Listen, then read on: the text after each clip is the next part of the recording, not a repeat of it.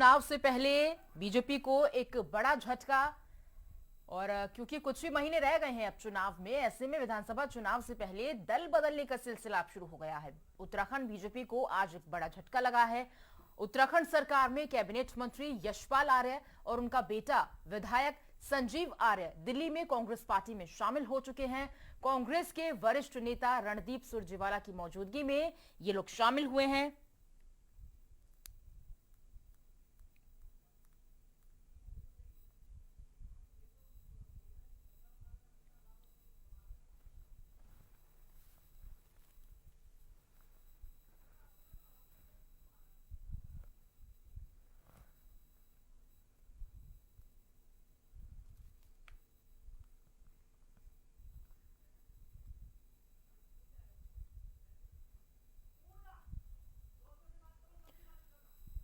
और देहरादून से हमारी संवाददाता ज्योत्सना हमारे साथ जुड़ी हुई है। ज्योत्सना, बीजेपी को एक बहुत बड़ा झटका आज ये कि चुनाव बहुत करीब है और ऐसे में चुनाव से पहले यशपाल आर्य बीजेपी छोड़ के कांग्रेस में शामिल हो चुके हैं।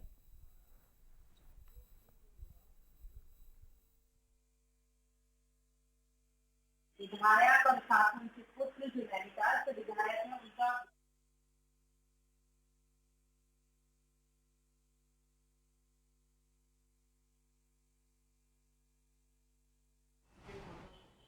बिल्कुल पूजा, बहुत बड़ा झटका है। और कैबिनेट मिनिस्टर और विधायक और साथ में उनके पुत्र जो नैनीताल से विधायक हैं, उनका बीजेपी छोड़ के कांग्रेस में जाना बहुत कुछ संकेत करता है। क्योंकि यशपाल आर्य वो व्यक्ति थे जो 2017 में ही बीजेपी में आए थे कांग्रेस से, और कांग्रेस के वो बड़े कद्दावर नेता रहे हैं। आप सोचिए कि 2 टर्म वो उत्तराखंड के प्रदेश अध्यक्ष रहे हैं, पहले स्पीकर रहे हैं उत्तराखंड के। बहुगुणा और हरीश रावत कैबिनेट में वो कैबिनेट मिनिस्टर रहे हैं। यूपी के ज़माने से वो विधानसभा में रहे हैं, यानी उत्तर प्रदेश की विधानसभा में भी वो 2 बार विधायक के तौर पर गए हैं। तो अपने आप में बहुत कद्दावर नेता हैं। दलित नेता के तौर पर भी उन्हें जाना जाता है। उनकी अपनी खुद की एक पैठ है, अपना खुद का जनाधार है। और यही वजह रही कि जब वो 2017 में कांग्रेस से टिकट मांग रहे थे तो अपने साथ अपने बेटे के लिए भी मांग रहे थे, लेकिन कांग्रेस ने नहीं दिया। और इसी वजह से उनकी हरीश रावत के साथ अनबन हो गई थी और वो नाराजगी में कांग्रेस छोड़ के बीजेपी में आ गए थे। हालांकि उसके बाद हाईकमान ने बहुत मनाने की कोशिश की, क्योंकि माफ कीजिएगा, यशपाल आर्य पूजा हमेशा से ही हाईकमान के बहुत करीबी रहे, चाहे सोनिया गांधी की बात करें या राहुल गांधी की बात करें। जब वो बीजेपी में आए तो दोनों जगह से टिकट मिला, यानी बाजपुर से भी उधम सिंह नगर जिले में, और नैनीताल से भी टिकट मिला जहां से उनके बेटे लड़े, और दोनों पिता पुत्र की जोड़ी ने जीत हासिल की। और इस समय बीजेपी में भी वो बहुत अच्छे ढंग से आगे बढ़ रहे थे। लेकिन ये माना जा रहा है कि पिछले 3-4 महीनों से कहीं ना कहीं बीजेपी के साथ उनकी नाराजगी शुरू हुई। मुख्यमंत्री के साथ भी उनकी नाराजगी थी। आप जानते हैं कि मुख्यमंत्री उनको मनाने के लिए घर गए थे उनके। हालांकि मुख्यमंत्री ने साफ तौर पर कहा था कि वो उनके सम्मानित नेता हैं और वो छोटे से ही उनको देखते आए हैं, क्योंकि यशपाल आर्य का जो राजनीतिक करियर है, तो हम में से उतनी उम्र बहुत कम लोगों की होगी कि वो उस उम्र को क्रॉस कर गए होंगे, क्योंकि उनका अपना आप में एक बहुत बड़ा राजनीतिक सफर रहा है। तो मनाने की कोशिश यशपाल आर्य को चल रही थी, लोगों को पता था कि वो नाराज हैं। लेकिन अब जो जानकारी मिल रही है कि काफी दिनों पहले उनकी सोनिया गांधी से मुलाकात हो चुकी थी, राहुल गांधी से मुलाकात हो चुकी थी, और सबसे बड़ी बात है कि इस पूरे कन्वर्सेशन में, यानी कि यशपाल आर्य की जो हाईकमान से मेल मुलाकात चल रही थी, उसमें स्टेट लीडरशिप को कतई नहीं रखा गया था।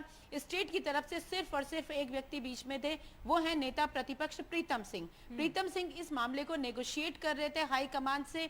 और जब चीजें फाइनल हो गई तो आज ज्वाइनिंग भी हो गई है। अब दलित चेहरा, अपने आप में कद्दावर नेता का बीजेपी छोड़ के कांग्रेस में जाना, एक कैबिनेट मिनिस्टर का कैबिनेट मिनिस्ट्री छोड़ करके दूसरी पार्टी में जाना बहुत ज्यादा संकेत देता है। और बीजेपी कहीं ना कहीं कह सकते हैं आज सदमे में है। बीजेपी के लिए राहत आज पूजा इतनी जरूर हुई है कि एक विधायक को और ज्वाइन करनी थी आज बीजेपी, लेकिन लास्ट मोमेंट में उनको एक कॉल आया, और जिस कॉल के चलते वो ज्वाइनिंग में शामिल नहीं हुए और वहां से उठ के चले गए। वरना सुबह से वो इस टीम में शामिल थे और उन्हें कांग्रेस को ज्वाइन करना था आज। उनकी भी घर वापसी थी। वो 2016 की बगावत में बीजेपी में शामिल हुए थे, जब बहुगुणा के नेतृत्व में ये बगावत हुई थी। उन्हें बहुगुणा गुट का माना जाता है। अगर आज उनकी ज्वाइनिंग हो जाती तो ये संकेत राजनीतिक तौर पर उत्तराखंड के लिए और बीजेपी के लिए बहुत अच्छे नहीं थे, क्योंकि उससे साफ एक इंडिकेशन होता कि बहुगुणा गुट भी वापसी कर सकता है। अधिकांश लोग, सब तो नहीं। वहीं ज्योत्सना, यशपाल ये आर्य भी उनके आपसे पुत्र जानना चाहेंगे कि सतपाल महाराज और उनकी पत्नी की भी लगातार खबरें हैं, ये भी अफवाहों की चर्चा में हैं, दो नाम की, ये भी अब वापसी कर सकते हैं, कांग्रेस में शामिल हो सकते हैं।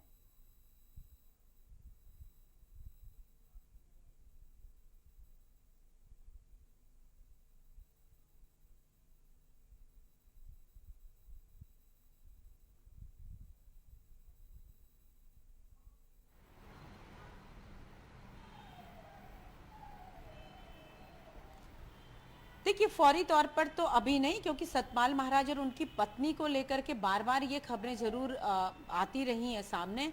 और सतपाल महाराज ने साफ तौर पर कहा कि मेरे प्रतिद्वंदी लोग इस बात को फैलाते हैं। हालांकि सतपाल महाराज से जो कमिटमेंट बीजेपी ने किए थे वो कभी पूरे नहीं हो पाए, क्योंकि सतपाल महाराज से हाईकमान के काफी ज्यादा कमिटमेंट थे। और मुझे अभी फिलहाल ये नहीं लगता है कि सतपाल महाराज कांग्रेस में वापसी करेंगे, क्योंकि उनके प्रधानमंत्री मोदी और गृह मंत्री अमित शाह से बहुत अच्छे रिश्ते हैं और दोनों लोग उनको राष्ट्रीय स्तर पर बहुत ज्यादा तवज्जो देते हैं। चाहे गुजरात का चुनाव हो, चाहे राजस्थान का चुनाव हो, असम का चुनाव हो, बिहार का चुनाव हो, हमेशा वहां पर प्रचारक, स्टार प्रचारक बना करके उनको भेजा जाता है, यानी कि उनको सम्मान पूरा दिया जाता है। वो अलग बात है कि सतपाल महाराज के साथ, जैसे मैंने कहा कि जो कमिटमेंट हुए थे वो पूरे बीजेपी में नहीं हो पाए और वो एक कैबिनेट मंत्री बनकर ही बीजेपी में रह गए। लेकिन अभी बीजेपी ने अपनी कार्य समिति घोषित की है, राष्ट्रीय कार्य समिति। उसमें उत्तराखंड से एकमात्र कैबिनेट मिनिस्टर हैं, वो हैं सतपाल महाराज, जो राष्ट्रीय कार्य समिति के सदस्य हैं। तो इससे साफ जाहिर है कि दिल्ली लेवल पर तो उनके रिश्ते बहुत अच्छे हैं, लेकिन देहरादून लेवल पर पूर्व मुख्यमंत्री त्रिवेंद्र सिंह रावत के साथ तो उनके कतई भी अच्छे रिलेशन नहीं थे। और जब त्रिवेंद्र रावत का इस्तीफा हुआ तो सतपाल महाराज ने भी पूरी जोर आजमाइश की कि उनको दायित्व मिल जाए। उनके पक्ष में काफी ज्यादा माहौल बनाने की भी कोशिश भी थी, लेकिन हाईकमान ने उस समय तीरथ सिंह रावत पर यकीन किया था और उसके बाद फिर पुष्कर सिंह धामी पर यकीन किया। सतपाल महाराज मुख्यमंत्री की रेस में कांग्रेस में रहते हुए भी पिछड़ते रहे और बीजेपी में भी रहते हुए पिछड़ते रहे। लेकिन अभी तक जो मेरे सूत्र हैं राजनीतिक तौर पर, उनकी ये जानकारी है कि नाराजगी जरूर है, लेकिन बहुत जल्द वहां वापसी हो जाए, ये इसमें अभी कोई बहुत ज्यादा सच्चाई नहीं है। कैसे माने, इसे कैसे देखें हम कि यशपाल आर्य जो कि 2017 में बीजेपी में शामिल हुए थे कांग्रेस छोड़कर, और अब 2022 के चुनाव से पहले वो बीजेपी का दामन छोड़कर कांग्रेस का हाथ थाम चुके हैं। इसे कैसे समझे कि हवा के रुख के साथ चल रहे हैं यशपाल आर्य? उन्हें पता है कि 5 साल बीजेपी रहती है, 5 साल कांग्रेस रहती है, तो उन्हें ये तो नहीं लग रहा कि अब कांग्रेस आने वाली है, क्योंकि 5 साल बीजेपी के पूरे हो चुके हैं, 5 साल कांग्रेस रहेगी, तो बीजेपी छोड़कर कांग्रेस में शामिल हो जाते हैं।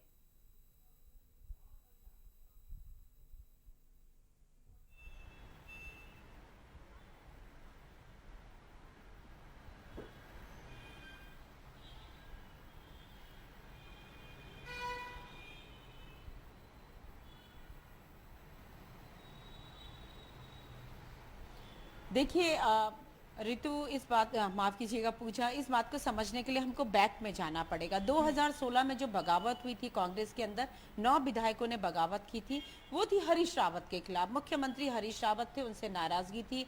चाहे पूर्व मुख्यमंत्री विजय बहुगुणा की बात करें, हरक सिंह रावत की बात करें, चैंपियन की बात करें, उमेश शर्मा काव की बात करें, ये सब लोग हरीश रावत से उस समय नाराज थे। इन्होंने वहां से एक बगावत करके बीजेपी में आ गए थे। यशपाल आर्य 17 में आए, बिल्कुल अलग आए। यशपाल आर्य को उस दिन भी मनाया गया था जब ये बगावत हुई थी। और पूजा, मैं विटनेस हूँ, यशपाल आर्य ने मुझसे खुद स्वीकार किया था कि मुझे मनाया जा रहा है, लेकिन मैं कैसे छोड़ दूं? सालों से जिस पार्टी में रहा हूं, मैं अकेला नहीं हूं, मेरे साथ मेरे बहुत सारे साथी हैं जो अहम पदों में हैं, और मैं उस पार्टी को छोड़कर बीजेपी में आ जाऊं? क्योंकि मेरे सामने विजय बहुगुणा और यशपाल आर्य की मुलाकात हुई थी। उसके बाद यशपाल आर्य ने जब पार्टी छोड़ी थी तो उस समय भी उन्होंने बीजेपी के ऑफिस में बैठकर कहा था कि मैं आज भारी मन से कांग्रेस को छोड़ रहा हूं, क्योंकि कांग्रेस में मेरा जन्म भी हुआ और कर्म भी मैंने वहीं किए।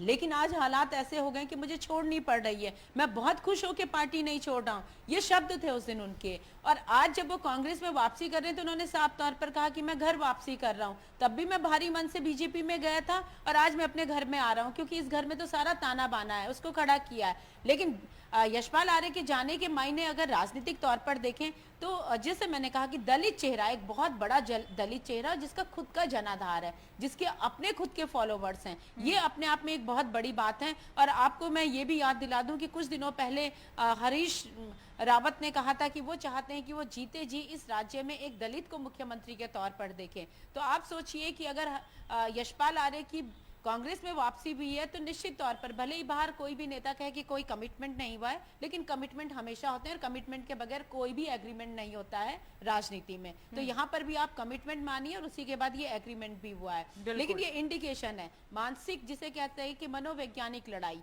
ये मनोवैज्ञानिक लड़ाई में कांग्रेस की बढ़त है कि उसने एक कैबिनेट मिनिस्टर को तोड़ा है। हालांकि आज बीजेपी सफाई में कुछ भी कह सकती है कि वो तो कांग्रेस में ही थे, उनको जाना ही था, लेकिन ऐसा नहीं है। बीजेपी लास्ट टाइम तक सबको मनाती रही, बीजेपी को सफलता एक विधायक को मनाने में लगी। बिल्कुल बिल्कुल ज्योत्सना, और ये बहुत सही जानकारी आपने यहाँ पर दी है कि जब पंजाब के मुख्यमंत्री बदले गए थे, दलित चेहरा वहां उतारा गया था। हरीश रावत ने ये बयान दिया था कि हम ये चाहते हैं कि उत्तराखंड में भी एक दलित चेहरा मुख्यमंत्री के तौर पर आए, और वही बयान अगर आप उसे देखें तो एक इंडिकेशन के रूप में उस बयान को देखा जा रहा है कि कैसे यशपाल आर्य की घर वापसी हो गई। क्या यशपाल आर्य ही मुख्यमंत्री का चेहरा हो सकते हैं कांग्रेस की ओर से? ये कयासबाजियां लगातार चलती रहेंगी, लेकिन फिलहाल बहुत बहुत शुक्रिया करेंगे आपका पूरी जानकारी हम तक साझा करने के लिए।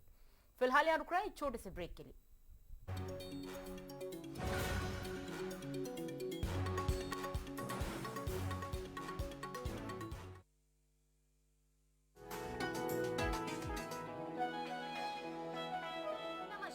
उत्तराखंड सीएम हेल्पलाइन में आपका स्वागत है।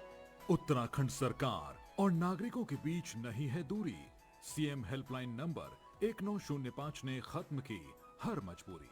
उत्तराखंड राज्य में सुशासन की पहचान बन चुकी मुख्यमंत्री हेल्पलाइन के माध्यम से जनता की शिकायतों और समस्याओं का तेजी से समाधान हो रहा है। सीएम